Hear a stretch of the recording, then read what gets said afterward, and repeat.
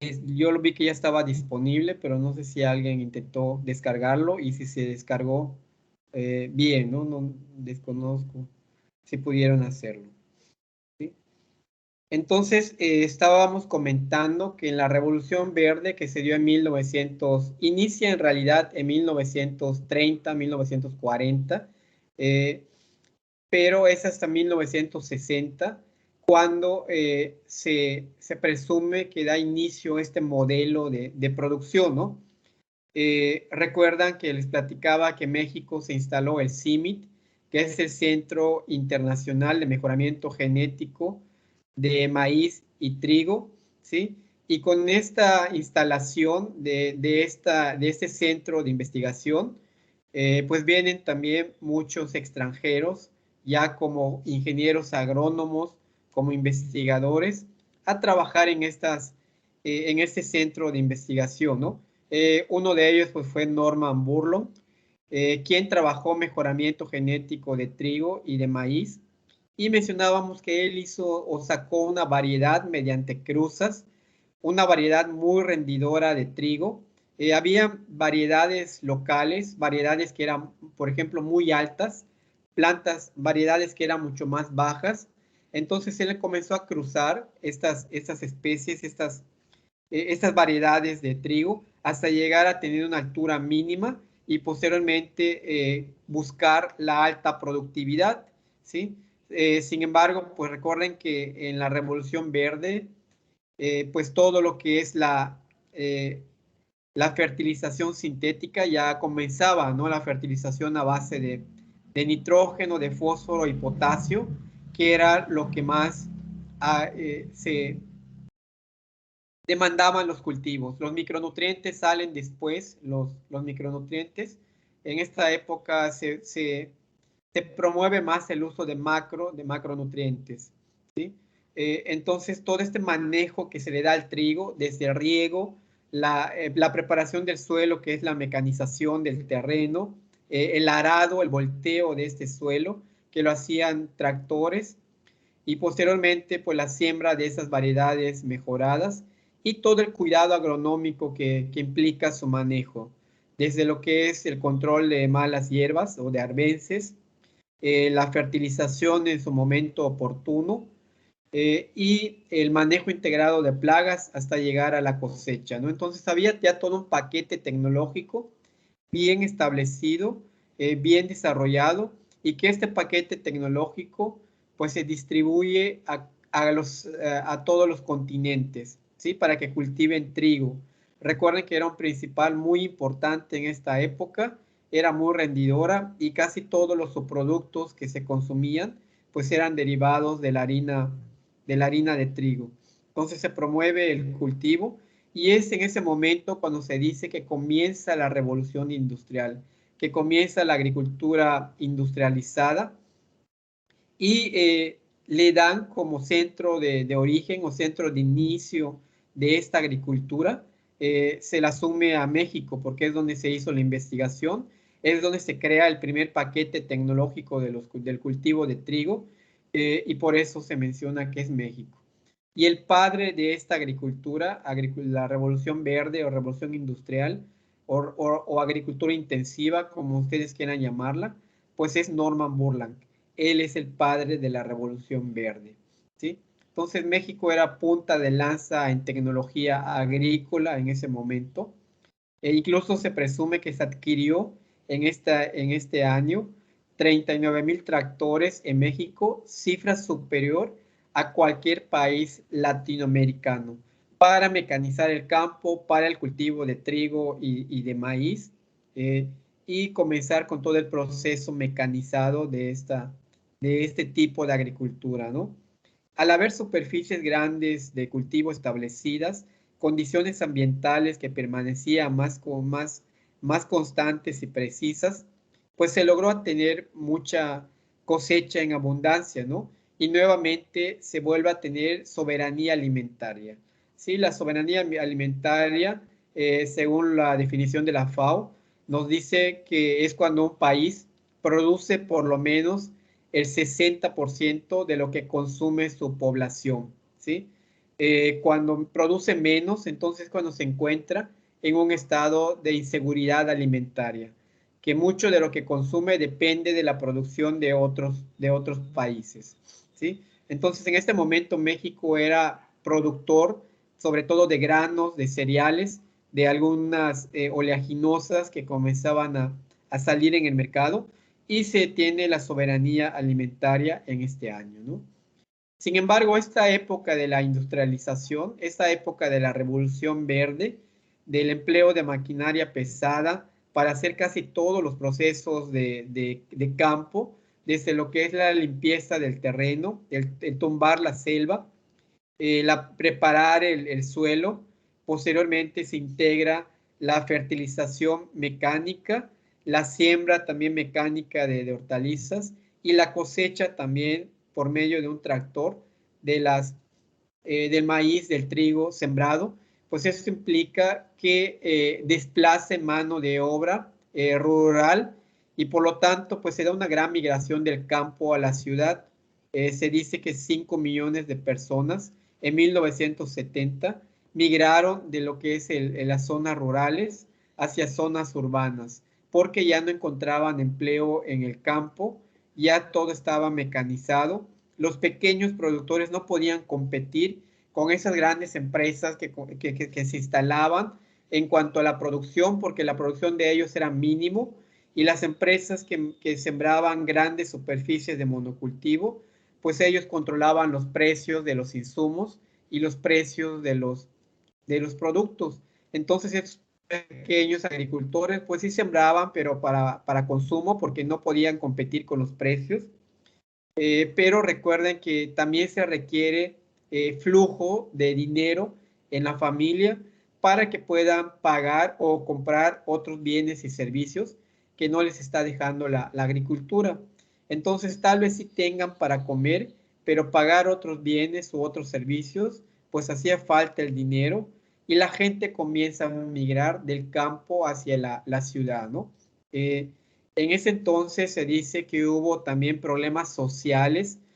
Comienzan a llegar paracaidistas en las capitales de los estados, en toda la periferia de los estados. Gente que fue desplazado por la agricultura industrial.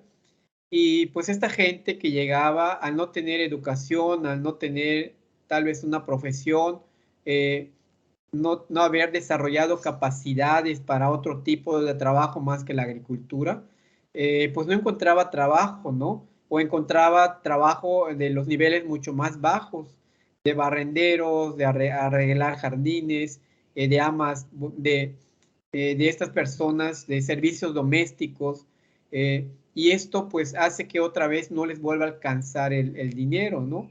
Y comienzan esos problemas de robo, de inseguridad, problemas también de enfermedades que se fueron dando. Y pues eso, las grandes migraciones también trae muchos problemas sociales, y es por eso importante analizarlo, ¿no? Analizar estas migraciones que se dan, y ver qué se puede hacer para que esta gente, esos campesinos, pues se queden en su lugar de origen, en su zona rural, produciendo y haciendo otra actividad más económica, ¿no? Se da también la importación de granos hacia los Estados Unidos. México por primera vez tiene soberanía alimentaria en cuanto a la producción de maíz. Había un excedente de maíz, y este excedente pues exportaba a los Estados Unidos, que demandaba grano de maíz para alimentar a los animales de las granjas, sobre todo a los cerdos, al ganado bovino. Recuerden que Estados Unidos es un gran productor de carne de bovino, y también de otro tipo de ganado, ¿no? Entonces todo el maíz que iba para ahí, pues servía para alimentar al ganado. Hoy en día sabemos que después de 1990 ya no tenemos soberanía en la producción de maíz. Incluso le compramos maíz a Estados Unidos, a Brasil, ¿sí? Porque en México resulta mucho más cara producirla. Eh, no existe la tecnología apropiada para que el campesino produzca en gran volumen. y por lo tanto pues se compra maíz a estos países, ¿no? Principalmente Estados Unidos, Brasil y creo que últimamente también Argentina ya no se está vendiendo maíz.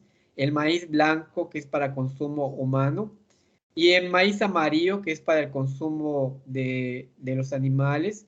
No es muy alta la, la- el, no andamos con déficit de maíz blanco, ¿no? Estamos como en un nivel en cuanto a lo que se consume y lo que se demanda del maíz amarillo, perdón, ¿sí? Entonces, capacitación a los campesinos en el uso de semillas mejoradas. Una alternativa que encontraron o que se promovió en programas de gobierno ante esta migración, pues fue decir, bueno, que esos campesinos que están migrando aquí, vamos a ofrecerles técnicos, ingenieros agrónomos, que desarrollen proyectos productivos en sus zonas rurales y ofrecerles toda la capacitación en cuanto al manejo de las variedades mejoradas que se tenían. Recuerden que esos campesinos pues, generalmente cultivaban sus variedades locales, ¿sí? Entonces se destina recursos para capacitarlos, para comprar semilla, para darles recursos económicos en crédito, crediticios, y regresarlos a sus zonas de donde vivían, ¿no?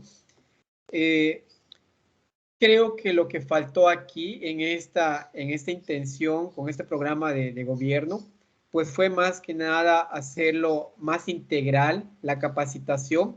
No solamente la capacitación tiene que ver con enseñarlos a producir, porque ellos ya saben, sino más que nada en formar microempresas, en formar cooperativas, en trabajar de manera organizada y poder entrar a un mercado más competitivo, ¿no?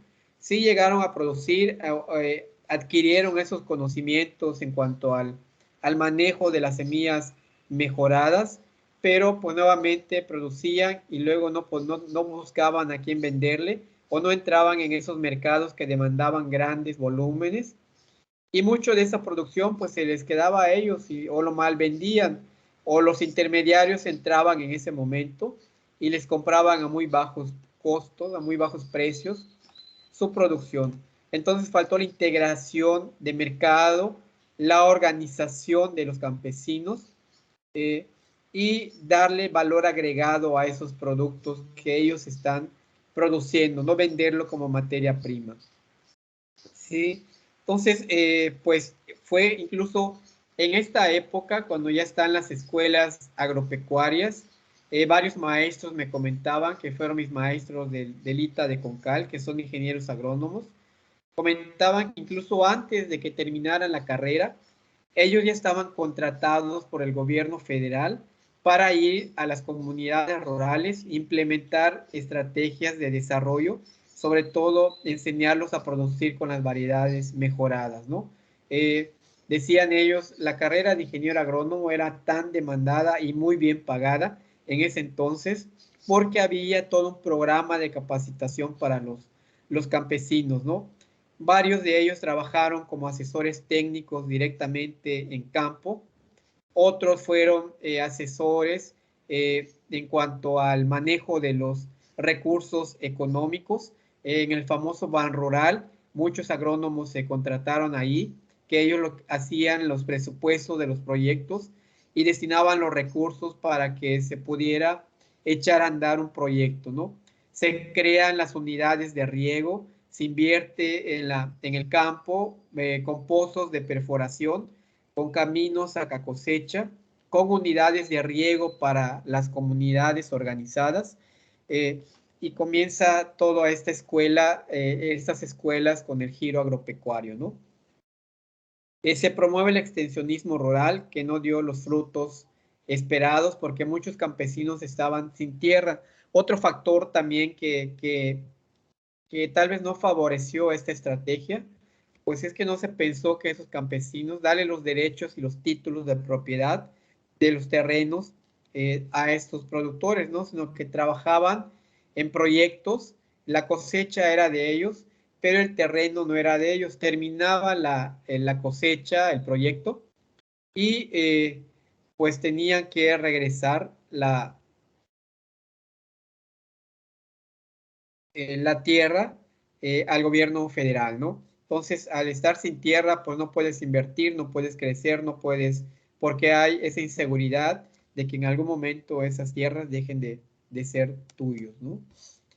En 1904 se firma el Tratado de Libre Comercio entre México, Estados Unidos y Canadá, en la cual pues se abren los mercados internacionales hacia Norteamérica, ¿no? Hay un subsidio para la exportación de productos mexicanos hacia Estados Unidos y Canadá. Eh, se, eh, Se anulan los pagos de aranceles de las mercancías hortícolas, de los productos hortícolas que entraban a estos países, y también de Canadá y de Estados Unidos, pues también entraban productos hacia México, ¿no?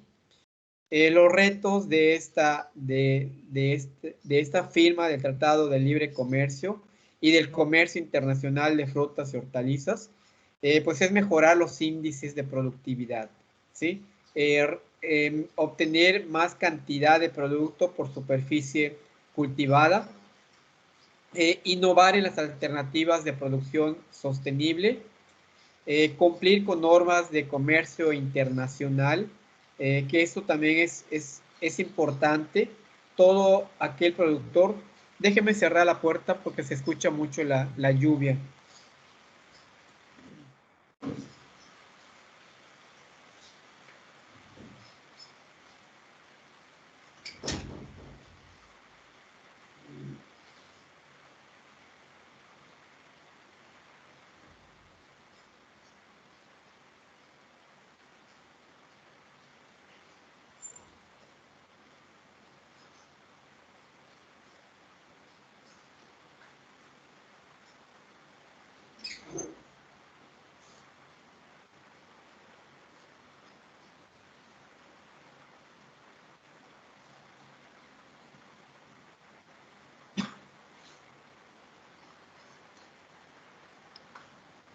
Bueno, espero que no haya tanta interferencia y que me escuchen bien. Está cayendo un aguacero acá por un momento. Continuamos. ¿Sí me siguen escuchando? Sí, maestro, sí se escucha. Sí, profe. ¿Sí? Ok, perfecto. Entonces hablábamos de mejorar los índices de productividad. ¿Sí? ¿A qué nos referimos con esto? Sí, incrementar la producción por superficie cultivada, pero también atender las necesidades del consumidor. ¿Sí? Recuerden que para poder comercializar una fruta, una hortaliza, pues tenemos que atender a la demanda y a las características que el consumidor final exige, ¿no? Por ejemplo, en esta época eh, se empieza a trabajar mejoramiento genético en varios cultivos, sobre todo porque la papaya era muy demandada hacia estos países, Canadá y Estados Unidos, donde es muy difícil producir esta fruta tropical. Bueno, en Estados Unidos se produce un poco en Florida, pero no da abasto la producción de Florida para todo el país de Estados Unidos. Entonces, pues la papaya que se tenía en ese momento cultivado aquí en Yucatán, Campeche, Quintana Roo, creo que también Morelia, Sinaloa producen algo de papaya, pues eran variedades muy grandes, variedades, la papaya tipo mamey que tenemos acá, es una variedad criolla, una papaya grande que puede llegar a pesar hasta unos 3 a 4 kilogramos, incluso hasta más, ¿sí? Entonces el consumidor de Estados Unidos exigía papayas más pequeñas, papayas para que sean consumidas para por lo menos 3 o 4 integrantes de la familia, ¿no? Y papayas también con mucho más dulzura, ¿sí? Que es lo que exigía. Entonces comenzaron a hacer cruzas, a hacer mejoramiento genético, y de allá surge la papaya Maradol, que es una papaya aproximadamente de 400 hasta 1 kilogramo de peso, una papaya muy dulce, una papaya pequeña, la cual tuvo mucha aceptación hacia los Estados Unidos. Entonces también se busca calidad de esas frutas y de esas hortalizas. En cuanto a la sandía, recuerden que también estamos en una zona productora de sandía, de cucurbitáceas sobre todo. Pues igual lo que se buscó también fue sandías más pequeñas, sandías que no tengan tanta semilla, que se le reduce la semilla, sandías tipo haploide que no producen semillas y un color rojo intenso, ¿no? Y así van saliendo variedades de cultivos mucho más pequeños que hoy los conocen como cherries, ¿sí? O babies, por ejemplo, la calabaza baby, está una col igual que es para comida gourmet, que son muy pequeñitas, que se cuecen al vapor y se sirven, ¿sí? Y comienza a atenderse esos retos que en ese momento los mercados internacionales estaban pidiendo, ¿no? Eh, Innovar en alternativas de producción sustentable. Vean que aquí ya se comienza a hacer conciencia después de 20 años aproximadamente de la agricultura industrial, del uso indiscriminado de pesticidas. Ya comienzan con los estudios hechos de contaminación del suelo. Algunos mercados, sobre todo de Estados Unidos y de Canadá, comienzan a solicitar productos que estén no libres de pesticidas, pero que no tengan tantos residuos de pesticidas en ese entonces, ¿no? Cultivos que no reciban eh, tantas toneladas o tantos litros de agroquímicos, sino que se reduzca también y comenzar a producir de una forma más armónica con los recursos naturales, ¿no? Cumplir normas de comercio internacional. La inocuidad aquí es muy importante. México no pudo aprovechar mucho, o los productores no pudieron aprovechar mucho esta firma de tratado de libre comercio porque no cumplían normas de inocuidad. La inocuidad, recuerden que garantiza que el producto que esté entrando a un país pues está libre de residuos de pesticidas, libre de residuos de físicos, por ejemplo, frutas que no estén manchadas con suelo, frutas que no vengan no sé, con piedrecitas o con grasa o con suelo o con insectos incluso, ¿sí? A eso se le llama inocuidad, que sea una fruta limpia, que sea inocua, que no tenga residuos físicos, químicos o biológicos. No sé si han escuchado el caso muy sonado de las lechugas que se producían en Sinaloa y que al llevar un lote completo de producción a los Estados Unidos se detecta que esa lechuga fue regada con aguas negras y tiene residuos o tiene la bacteria de la salmonela, y todo ese lote de lechuga pues no entra a ese mercado, se cierran las fronteras para los productores mexicanos de lechuga, y se deja de comercializar. Lo mismo pasó aquí en Yucatán, fue un poquito más, creo que fue en el 2000, 2002 más o menos, cuando un lote de chile habanero de tantas toneladas que se mandó hacia Estados Unidos, hacen las pruebas de agroquímicos y resulta de que ese lote pues tiene un alto contenido de cierto ingrediente activo químico, creo que en ese entonces era paraquat, eh, y esa producción pues igual no entró a Estados Unidos y se mandó todo ese lote aquí en México, en Yucatán específicamente, y pues acá se comercializó, ¿no? Allá ya estaban cuidando la inocuidad, la salud del consumidor, y pues acá sin ningún problema se liberó ese chile habanero y así nos los comimos, ¿no? Y esto pues va también aunado a las buenas prácticas de producción agrícola, que también ya es un modo de certificación. Ustedes ya conocen las buenas prácticas de producción agrícola, que si el campesino necesite, que si el campesino va a exportar a Estados Unidos, a Canadá, a la Unión Europea, pues tiene que tener ese certificado que emite el SENASICA, que es de buenas prácticas agrícolas, ¿no? El cual consiste pues en llevar todo el registro de las prácticas de preparación del suelo, del manejo integrado de plagas, de la fertilización, de una forma más amigable con los recursos naturales. Y el manejo post cosecha, que es muy importante.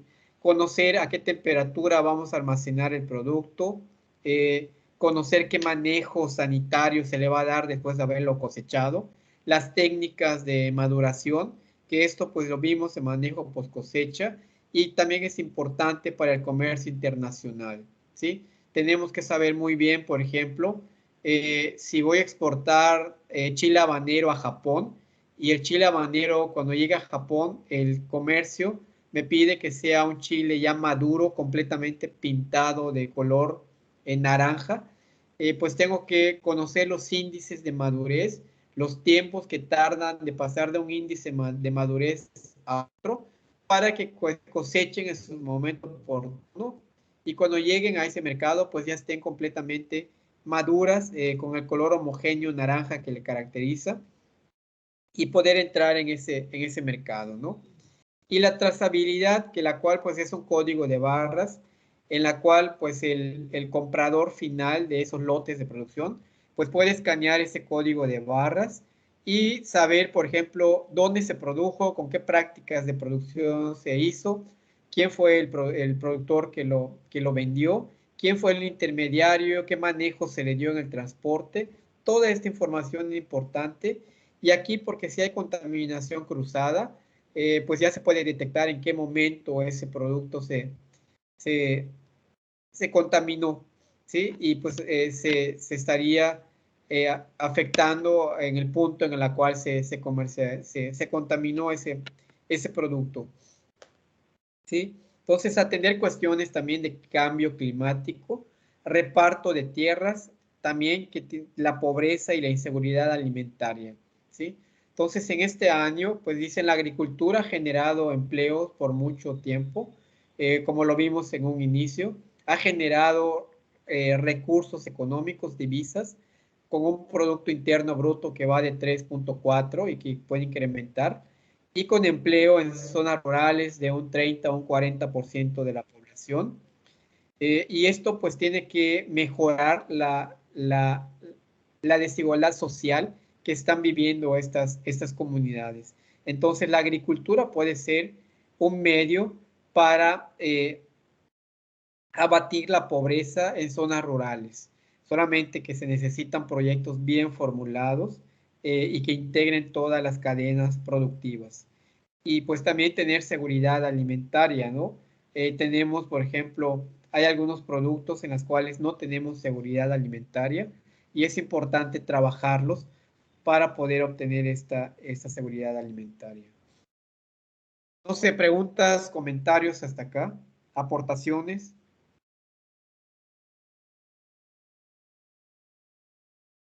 Yo, profe. Adelante, Emil. En lo que dicen en los rectos actuales, ¿esto fue establecido durante la firma del Tratado de Libre Comercio o es de la actualidad de hoy? No, fue después de la firma del Tratado de Libre Comercio, ¿sí? Recuerda que se firma en el 94, comienza el mercado internacional, todavía no se veían estos retos, no estaban visibles, pero cuando comienza el comercio internacional, hay contaminación de frutas y hortalizas en las fronteras, se hace esa evaluación y se ponen estos retos que se tienen que cumplir para poder seguir con esta firma de tratado de libre comercio. Más o menos se da en los años 2000, 2002, cuando estos retos salen, ¿sí? Y también pues estos retos siguen siendo actual, porque pues vemos que muchos de estos retos pues todavía no se han resuelto en todo en cuanto a la agricultura se refiere, en cuanto a la agricultura mexicana se refiere, ¿sí?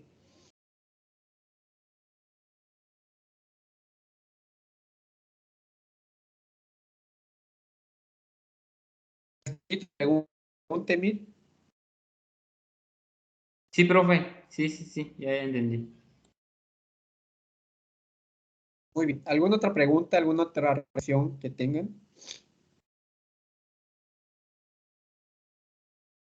¿Nada?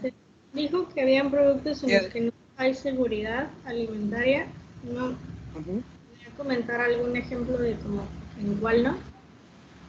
Claro, el maíz blanco es una de ellas. El frijol también es una de ellas y son productos básicos de la canasta básica.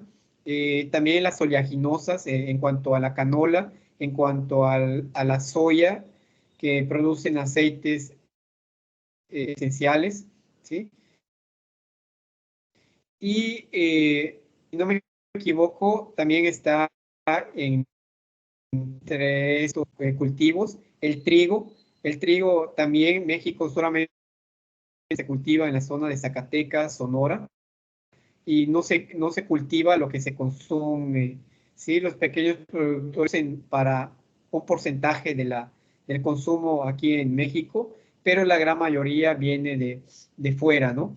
Y otros cultivos que no son tan básicos, que son industriales, como por ejemplo la uva, la producción de caña de azúcar, ¿sí? Algunas hortalizas, en este caso la lechuga con su variedad orejona, que también no tenemos altas producciones y dependemos de otros países. Se han visto que las lechugas muchas vienen incluso, son empresas estadounidenses que la comercializan aquí, ¿sí?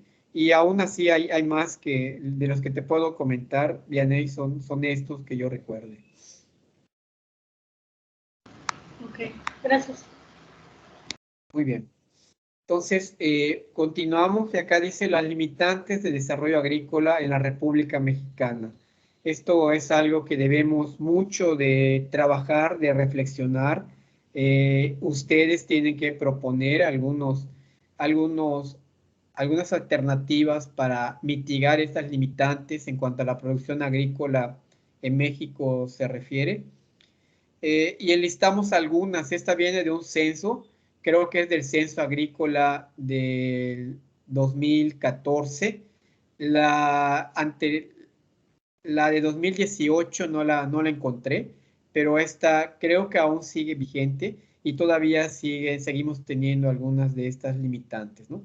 Dice estancamiento de los rendimientos por hectárea en los principales cultivos, ¿sí? Se sigue cultivando la misma superficie, pero no ha habido un incremento, incluso han habido tiempos malos en las cuales pues no se ha logrado la cosecha por hectárea establecida. Y esto es por los fenómenos naturales que se han presentado, los ciclones, la sequía, las inundaciones, que han provocado el bajar esos rendimientos por superficie cultivada, ¿no? Otro factor también muy importante, y bueno, está listado también aparte, pero pues son las plagas y enfermedades que cada vez más se vuelven más agresivas, plagas que no eran de importancia agrícola y ahora ya lo son porque ya acabamos con sus enemigos naturales, ya le hemos hecho presión de selección y esos insectos pues tienen que buscar en qué alimentarse y pues los cultivos que están sembrados en monocultivo pues son su zona preferente para alimentarse y reproducirse, ¿no? Y eso hace también que baje los rendimientos por hectárea, ¿sí? Dice que disminuye de hasta un 5% de la superficie cultivada. También hay menos productores, menos campesinos que se dedican a la agricultura, ¿sí? Por no ser una actividad redituable para pequeños campesinos, porque ya mencionamos de que el intermediarismo, el ser productores pequeños, el ser productores de materia prima, pues no les deja obtener esos beneficios económicos que debiera esta actividad y por lo tanto, pues cada vez más se van haciendo va disminuyendo la superficie de cultivo, ¿no? Y también por los riesgos ambientales. Los campesinos que cultivaban hace 10 o 20 años atrás, pues podían cosechar casi todo lo que se cultivaba. Hoy en día, pues hay una sequía, hay una plaga que impide que puedas lograr la cosecha. Incluso la milpa está en riesgo. Por lo mismo, por las lluvias que son tan erráticas, por las sequías que son más constantes. y eso causa desánimo y productores, pequeños campesinos que dejan sus tierras y esto hace que disminuya la superficie cultivada, ¿no? Factores ambientales, ya los mencionamos, las plagas, enfermedades que cada vez más son más agresivas.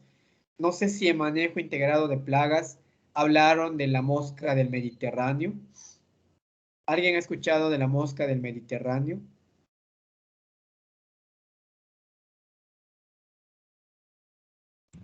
Es el que afecta a bueno, el rábano creo que le dicen mosquita diamante, algo así. ¿Es ese?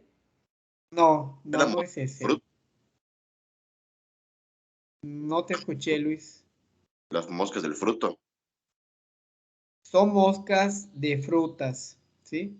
Pero esta mosca es mucho más agresiva. Es una anastrefa. No recuerdo bien la especie, qué tipo de, qué especie es, pero es una anastrefa. Ceratitis Es un capitata, ¿verdad? díptero. ¿Mande? Ceratitis capitata. Exactamente. Es una Sí, sí ceratitis la he capital. escuchado.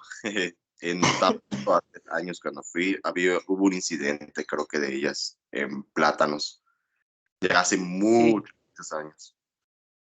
Ujú. Es correcto. Entonces, la frontera de México, creo que en Centroamérica ya está, están cerradas y hay casetas fitosanitarias para monitorear a esta mosca del Mediterráneo, la Ceratitis capitata. Pero porque esta mosca es muy agresiva, ya no solamente te afecta las frutas, el mango, el zapote, la ciruela, que son muy afectadas por la mosca de la fruta, sino que también afecta a los cultivos anuales, como por ejemplo la sandía, el melón, el pepino, algunos que son de bulbo, como por ejemplo el rábano, el, la remolacha. Entonces tiene un rango de acción muy amplio y si llegara a entrar a nuestro país, pues causaría un riesgo muy importante para las actividades agrícolas, ¿sí? Y pues a eso se refiere con nuevas plagas que están llegando. Por ejemplo, la, el dragón amarillo que afectó a los cítricos en el 2010, 2009, pues igual no estaba reportado para Yucatán y pues por un accidente entra acá por la zona de Río Lagartos, por la zona oriente del estado y comienza a provocar afectaciones a los cultivos de cítricos, ¿no? De tal forma que el cítrico incluso se cuarentenó y ya no se exportaba a Estados Unidos y a la Unión Europea, la naranja, la toronja, y eso afectó mucho a la economía. Entonces hay nuevas plagas más agresivas que también están entrando, ¿no? Dependencia de insumos agropecuarios del extranjero. México tenía una planta, una empresa que se dedicaba a producir los fertilizantes de síntesis química y los daba a menor precio a los productores. Esta planta cierra, desconozco cuál fue, si se fue en quiebra o no sé cuál fue, por qué cerró. Y prácticamente todos los fertilizantes, la urea, el triple 17, el nitrógeno amoníaco, el potasio, el fósforo, pues vienen de los Estados Unidos, de Alemania y de la Unión Europea, ¿no? Entonces esto hace también de que sean mucho más caros esos productos, ¿sí? Hay la Zagarpa, bueno, no, ya no es la Zagarpa, es la SADER, constantemente menciona que México debe nuevamente reactivar la producción de fertilizantes para poder subsidiarlos a los campesinos, a los pequeños campesinos, y que tengan esos productos a más bajo precio, ¿no? Y poder seguir produciendo. Entonces, la Zagarpa, más del 90% de las semillas utilizados en la actividad agrícola provienen del mercado extranjero. Algo también muy importante, ustedes saben que el chile habanero, los híbridos de chile habanero, no se producen aquí en Yucatán, todos son producidos en Estados Unidos. Tenemos algunas variedades que produce el INIFAP, pero no se da abasto en cuanto a la producción de semillas. Entonces, casi todas las semillas que nosotros sembramos, las semillas que son de variedades mejoradas, pues vienen de Estados Unidos. Imagínense de que un día cierre las fronteras y que diga, ya no voy a venderles semillas de hortalizas a México. Entonces, ¿de qué vamos a vivir si ya muchas de esas semillas pues no las tenemos en su forma nativa? Entonces también es un problema eso. Se tiene que invertir más en centros de investigación y en empresas que produzcan y empaquen las semillas que requieren los agricultores. Ustedes van en las agropecuarias y compran la semilla de cilantro. Esa semilla de cilantro la trajeron de otra, si no de Estados Unidos, seguramente de Alemania, la traen. ¿Sí? Lo mismo que el chile habanero, que es nuestra bandera y que decimos, Yucatán se produce tantas toneladas de chile habanero, pero si no tuviésemos la semilla que le compramos a Estados Unidos, pues estaríamos sin este cultivo mágico para nuestro territorio, ¿no? Entonces, yo no sé, desconozco las políticas que se estén siguiendo. Bueno, sí las conozco, que se están siguiendo ahora, pero no sé por qué no se invierte en centros de investigación para producir semillas que los campesinos requieran, ¿no? Y tal vez centros de investigación para tener semillas nativas, variedades locales y también tener variedades mejoradas en cierto momento y tener esa herramienta en las manos para seguir cultivando, ¿sí? Porque de allá parte todo de las semillas. El cilantro, el rábano, por ejemplo, lo compramos y vemos que dice producida en California o producida en Alemania, y acá no tenemos el rábano, tiene que venir de ese mercado, no hay otra forma de conseguirlo, y cuando llegan en pesos, en libras, y con precios muy elevados, ¿sí? Les comento, sí, el INIFAP tiene un proyecto de producción de semillas de chile habanero, pero es muy poco. Incluso la variedad jaguar es muy difícil conseguirla. La variedad mayaquisín también es muy difícil conseguir estas semillas. Incluso la semilla del chile catic, ustedes van en la agropecuaria y no van a encontrar semilla de chile catic. Lo que hacen los campesinos pues, es sacar su semilla de su cultivo, darle un proceso de secado, de almacenamiento y luego ya lo ocupan. Pero se tiene que invertir en esto, ¿no? Porque hay campesinos o hay agricultores que quieren sembrar, pero no tienen la semilla adecuada. Entonces es un serio problema, es uno de los problemas mucho más fuertes, las limitantes que tenemos que atender, que se tiene que generar políticas federales para poder atender estos problemas, ¿no? Y nuevamente, pues la alta migración del campo a la ciudad. En 2016 se reporta 7.1 millones de trabajadores agrícolas y en 2017 la cifra desciende a 5.5 millones.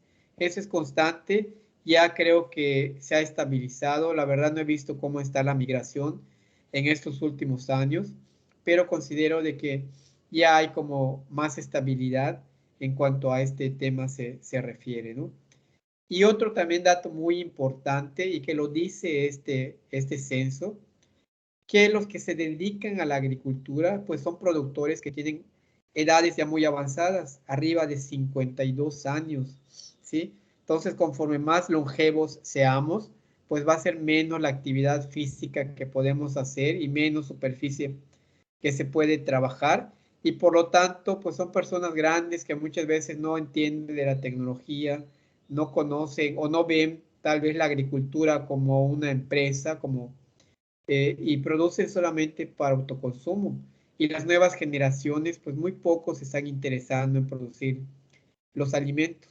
Entonces ustedes tienen que no solamente pensar en emplearse en alguna dependencia de gobierno, sino también invertirle al campo, apostarle al campo, producir esos alimentos eh, y así evitar este problema, ¿no? Organizaciones campesinas, figuras jurídicas sin funcionamiento. Recuerdo que en la época de Ernesto Zedillo, si no me equivoco, se se promovió mucho la formación de cooperativas de productores para producir ciertos productos.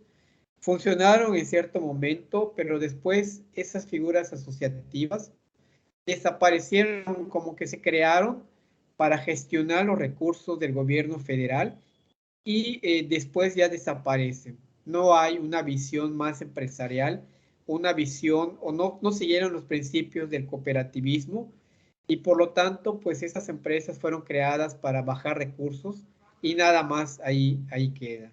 ¿Sí? Permítame un minutito, ya estamos terminando y luego ya les presento el trabajo que tienen que entregar.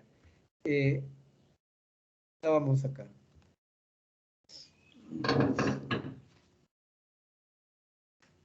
Dígame. Sí, buenas tardes, dígame. Sí, soy yo.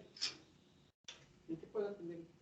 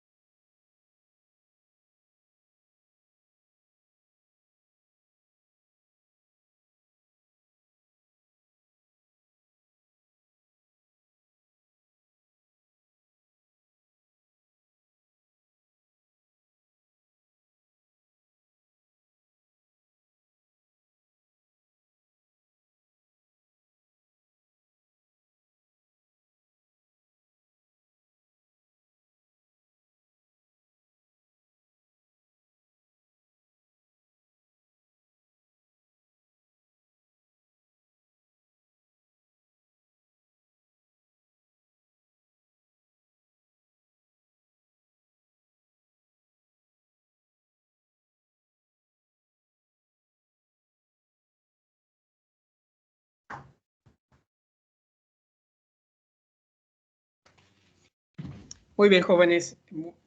Disculpen, tocaron a la puerta y tuve que ir a atender. Siguen allí, ¿verdad? Sí, profe, aquí estamos. Sí, profe, aquí seguimos al tiro. Ok, pues muchas gracias por esperar. Y nuevamente disculpas, soy el comisario de mi comunidad y a veces me interrumpen. Pero ya la próxima semana soy en la facultad. Entonces no debe de pasar esto. Sí. ¿Les parece si les hablo? Nos falta 5 minutos para concluir. Vamos a dejar acá la presentación y les voy a dar las indicaciones que ya lo tienen también en Wadi virtual del ADA que tienen que entregar el próximo lunes, si no me equivoco. Entonces, el ADA se llama ADA 1, dice evolución histórica de la agricultura y el aporte al desarrollo económico. Acá hay un error de dedo, ¿sí? Y el aporte al desarrollo económico, al desarrollo de México. Es un trabajo que se va a hacer en equipos colaborativos. Creo que ya definimos equipos, faltaron 2 el día de ayer y espero que ya se hayan organizado en equipos. Y el puntaje de esta actividad son 10 puntos. ¿Vale? Lo estamos trabajando, se les deja desde esta primera semana, pero abarca parte de la segunda semana, que es el próximo lunes. ¿Qué tienen que entregar? Es un ensayo analítico, lo que ustedes tienen que entregar. Recuerden que el ensayo analítico de los temas que hemos visto, de las lecturas que están en la plataforma, de los documentales que también están subidos a la plataforma. Vamos a ver si podemos ver alguno el próximo lunes. Con eso, entonces, ustedes ya tienen información, ya pueden hacer un análisis crítico de este tema, aportar también su opinión. Recuerden que no es copiar y pegar. Sí podemos apoyarnos de los artículos, de los temas vistos en clase, citarlos para argumentar nuestras ideas, pero no se trata de una revisión bibliográfica, de copiar y pegar, ¿no? Más que nada, el ensayo es que ustedes describan, reflexionen y hagan esa reflexión crítica de lo que ustedes piensan de este tema que estamos abarcando. También se vale si ustedes quieren entrevistar a alguien y que les diga cómo ve la situación del campo mexicano hoy en día o del campo aquí en Yucatán, qué problemas ve. También es válido buscar información con fuentes secundarias y poder anexar esa opinión también del productor, ¿no? No les voy a leer la introducción, les voy a leer el desarrollo del trabajo. Y dice de que en equipos colaborativos dan lectura a los artículos subidos a la plataforma, analizan a detalle los videos disponibles en el curso. Finalmente, si consideran que te hace falta información para abordar el tema a realizar, realiza una revisión bibliográfica con fuentes confiables. Con la información recabada, redacta un ensayo desde una mirada crítica y reflexiva. Algunas preguntas de reflexión son las siguientes. Sucesos históricos que han marcado el inicio de la agricultura en México. Aquí pueden elaborar una línea del tiempo para poderse orientar y poder tener un punto de inicio y un punto final. Como les estoy presentando aquí, la línea del tiempo también la pueden trabajar así. Medidas propuestas para propiciar el crecimiento de la agricultura a finales de la década de los 80, ¿no? ¿Qué es lo que estamos abordando, lo que estamos viendo? Esos puntos críticos que hemos hablado, de los programas, de los diferentes características que conforman cada una de las épocas que hemos revisado, ¿sí? Análisis del crecimiento económico de la agricultura en la actualidad. Es importante que puedan hacer una revisión bibliográfica de la superficie cultivada, especies más comunes cultivadas, ¿sí? La importancia en cuanto a la generación, a generar ingresos económicos, empleos, en cuanto al Producto Interno Bruto, entre otros aspectos que yo les describo, ¿no? Esas son preguntas auxiliares, son preguntas orientadoras. Si hay algo que consideren que no pueden o que no tienen esta información, o que no va con lo que le estoy solicitando, pues tampoco tiene que incluir todo, ¿no? Problemas económicos, ecológicos y sociales que enfrenta la agricultura en nuestro país, este análisis que ya comenzamos a ver, los retos y las causas de los problemas que estamos evidenciando con estas presentaciones en cuanto a la agricultura se refiere en nuestro país. Y finalmente los retos y perspectivas. ¿Qué retos tenemos que enfrentar? ¿Cómo podemos enfrentarlas? Algunas propuestas que ustedes digan, bueno, sí, en México necesitamos que los campesinos tengan una visión más empresarial, para lo cual pues hay que organizarlos en pequeñas figuras asociativas, con principios de cooperativismo, con asesoría técnica para que puedan del campo hasta la comercialización y que puedan integrarse a esas cadenas de valor, ¿no? Esos son los retos, son las perspectivas que ustedes tienen en cuanto a cómo superar esos problemas que está enfrentando el campo mexicano hoy en día, ¿no? Elabora tu ensayo con los resultados del análisis de los materiales disponibles y sube tu ensayo en la plataforma del curso. El trabajo deberá de estar ordenado de acuerdo con la siguiente estructura.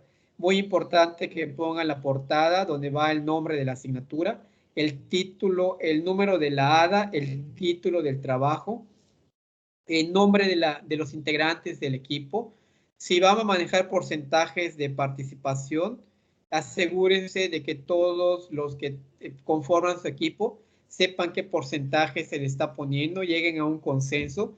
No vayan a decir, bueno, Ricardo trabajó un 10% y Salazar trabajó un 80%. No, sino que se informa en grupo de acuerdo a la participación y ya en un consenso pues ya se pone el porcentaje de participación, ¿no? El trabajo debe tener una introducción, ya saben cómo elaborar una introducción. El desarrollo del tema, pues son estas preguntas que yo les hago, esas preguntas de análisis y de reflexión que tiene que incluir. Este apartado no debe de rebasar las 4 cuartillas máximo, ¿sí? Y luego también una pequeña conclusión del trabajo, ¿sí? Que prácticamente debe ser media cuartilla a una cuartilla. Y si tenemos bibliografía citada, pues ya la ponemos ahí. También es válido poner párrafos completos, pero no debe de ser lo más abundante en su trabajo. Si son párrafos de autores tomados tal cual, pues también cítenlos en su documento, ¿sí? Entonces la entrega es el lunes 20, perdón, acá no le cambié. Es el lunes, creo que no es el documento. Déjeme ver si me equivoqué, creo que de documento. Aquí está, es este. Ya está hecho el cambio. Les abrí otro que no era, ¿sí? Aquí debe estar bien la fecha. Sí, entonces acá dice lunes 24 de enero de 2022, en horario límite de las 11 de la noche. Entonces el lunes tenemos clase de 1 a 4, concluimos con este tema y tienen ya más herramientas para trabajar en la tarde o en la nochecita más su ensayo. Solamente no lo dejen al último, vayan avanzando y si les falta información, pues lo vamos a obtener en la clase del lunes. Ya integran ese trabajo, esa información y lo suben a la plataforma. Tienen hasta las 11 de la noche para subirla. Importante, por favor, de que solamente una persona del equipo suba el trabajo y que lo llame de esta manera ADA 1 y el primer apellido de la persona que sube el trabajo, ¿sí? Por ejemplo, Laguna et al 2022. ADA 1 Laguna et al 2022, ¿sí? Ahí ya sé, porque eso me facilita a mí calificar, buscar a qué equipo pertenecen y enviarles la retroalimentación en la plataforma. Si me suben 2 o 3 el mismo trabajo, del mismo equipo, pues solamente la voy a responder a uno y me complican todavía más para poder asentar la calificación. Entonces, de esta forma tiene que estar nombrada el ADA, ¿no? Y como ya saben, pues más abajo tenemos la rúbrica, ¿sí? ¿Cuántos puntos vale la introducción? El desarrollo del tema la conclusión y la bibliografía. Ese trabajo vale 10 puntos. Y acá más abajo les indica qué es lo que debe contener cada apartado, ¿sí? Esto no lo vamos a revisar, ustedes lo revisan con tiempo. Cuando ustedes ya hagan su redacción, traten de que esté apegado, que contenga todo lo que tiene, lo que pide la rúbrica, para que tengan los puntos que se solicitan, ¿no? ¿Sí? ¿Alguna pregunta, algún comentario? Profe, Sí. entonces, realizar la línea del tiempo no es necesario que vaya en el ensayo, ¿verdad? No es necesario que vayan al ensayo, es una estructura que ustedes pueden manejar, ¿sí? Y pueden también hacer ese ejercicio de hacer su línea del tiempo, poner los años, las épocas. Si hacen esta línea del tiempo, lo pueden anexar en el apartado de anexos, ¿sí? Y citarlo en su documento, que sería un buen ejercicio también que lo hicieran para que tengan una orientación, un comienzo y un final y que no se pierdan. Entonces, si hacen la línea del tiempo, trazan una línea y le ponen época prehispánica, tal año y sus características, si encuentran más características, la ponen y eso les va a servir como para orientar su trabajo. No necesariamente lo tiene que tener, pero sí les sirve como orientación. Muy bien, chicos. Si no hay más preguntas, ya me están esperando en mi próxima clase. Hoy es un día complicado. Salgo de una y estoy en otra y así hasta las 7 de la noche. Pero cualquier duda también que tengan, recuerden que tenemos el Wadi virtual en donde pueden hacer las preguntas. Creo que se formó un grupo también de WhatsApp, no recuerdo, de esta asignatura. También podemos comunicarnos por ahí, ¿sí? Entonces, pues yo me despido, me están esperando en otra sala y nos vemos el lunes. Nos vemos, profe. Buen fin de semana. Hasta luego, pues, realmente. Hasta luego, que esté muy bien.